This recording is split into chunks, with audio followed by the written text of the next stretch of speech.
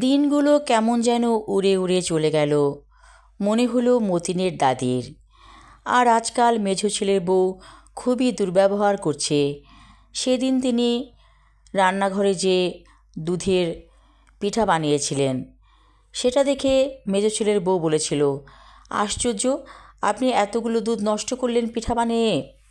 আমার ছেলেরা প্রতিদিন 1 গ্লাস করে দুধ খায় রাতের বেলা, এখন কি খাবে শুনি? তখন মতিনের দাদি বলেছিল, কেন রসের পিঠা খাবে? একই তো কথা হলো, এটাও তো দুধের তৈরি। কেমন যেন মুখ ঝামটা মেরে কথা বলে মেজো ছেলের বউ। তিনি মনে মনে ভাবেন, এখানে আর না, যেতে হবে আরেক ছেলের বাসায়। ফোন করে বড় ছেলেকে বললেন, আমাকে নিয়ে যাও, আমার আর ভালো লাগছে না।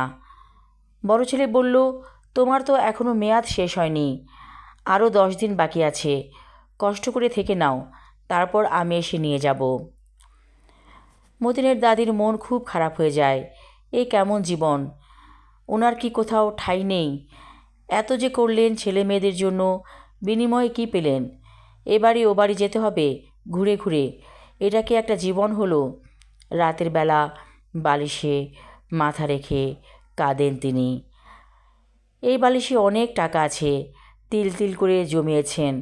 একটা জমি কেনার স্বপ্ন ছিল বহুদিন ধরে, কিন্তু জমি আর কেনা হয় না।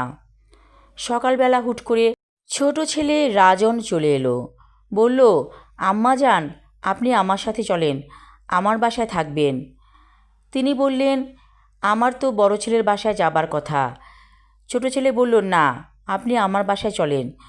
রীতিমতো জোর করে মাকে নিয়ে চলে গেল রাজন। মতিনের সে কি কান্না, কারণ এতদিন দাদির সাথে তার ভালো সখ্যতা গড়ে উঠেছিল। ছোট ছেলে রাজন তাকে সুন্দর একটি রুম দিল থাকার জন্য। ছোট ছেলের বউও খুব খুশি।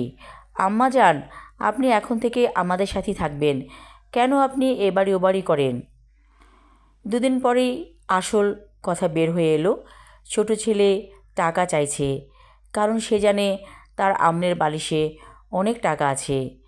ইনে বিনে বলে, আম্মা যান, একটা জমি পেয়েছি খুব সস্তায়, আপনার টাকাগুলো তো পড়েই আছে, আমাকে দিন না টাকাগুলো। তিনি বললেন, আমি কেমন করে তোমাকে টাকা দিব? এই টাকায় তোমাদের ভাই বোনদের সবার হক আছে। রাজন বলল, আমি সব টাকা দিয়ে দিব, কিন্তু এখন এই মুহূর্তে আমার কাছে টাকা নেই। কি আর করা? তারপর তিনি বালিশের টাকাগুলো দিয়ে দিলেন ছোট ছেলেকে।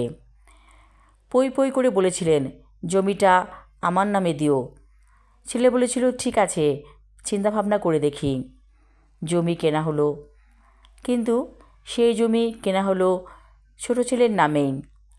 একদিন বড় ছেলে আসলো বাসায়, বলল, আম্মা যান, আমার বাসায় চলেন। তিনি বললেন, আমি এখানেই থাকবো। এমন সময় ছোট ছেলের বউ দৌড়ে এসে বলল, কেন, এখানে থাকার কি হলো? যান আপনি বড় ছেলের বাসায়, আমি কতদিন আপনার জন্য করব? এমন বিশ্রী ব্যবহারে তিনি ভীষণ মর্মাহত হলেন। কাশফুলের মতো চুলগুলো বাতাসে উঠছে। মনে হচ্ছে তারা যেন বলছে, তুমি তোমার অবস্থান ঠিক করে নাও, মনে মনে বলো কোথায় তুমি যেতে চাও। তিনি বললেন, ঠিক আছে, আমাকে নিয়ে চলো। আবার সব কিছু গুছিয়ে তিনি চললেন বড় ছেলের বাসায়। কয়েকদিন পরে বড় ছেলে বলল, আম্মা যান, আপনার বালিশে তো অনেক টাকা ছিল, সেই টাকাগুলো তো দেখছি না, আর বালিশটা কোথায়? তিনি সব কথা খুলে বললেন বড় ছেলেকে। সে কি চিৎকার চেঁচামেচি বড় ছেলের, কেন আম্মা যান, আমরা কি আপনার সন্তান ছিলাম না? সব টাকা আপনি আপনার ছোট ছেলেকে দিলেন, এটা কোন ধরনের অবিচার? তিনি কাঁদছেন।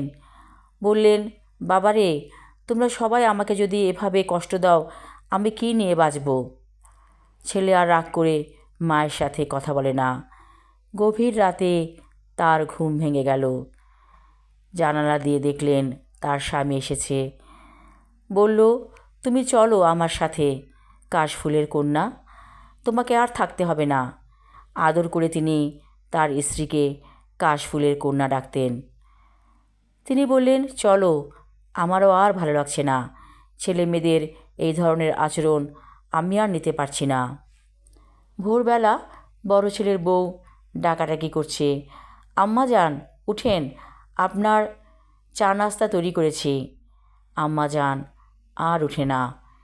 চিরবিদায় নিয়ে চলে গেছেন চিরশান্তির দেশে। আমি আমার লেখা ছোট গল্প কাশফুলের কন্যা পর্ব 2 এবং শেষ পর্ব পড়লাম। আশা রাখছি ভালো লাগবে। ধন্যবাদ।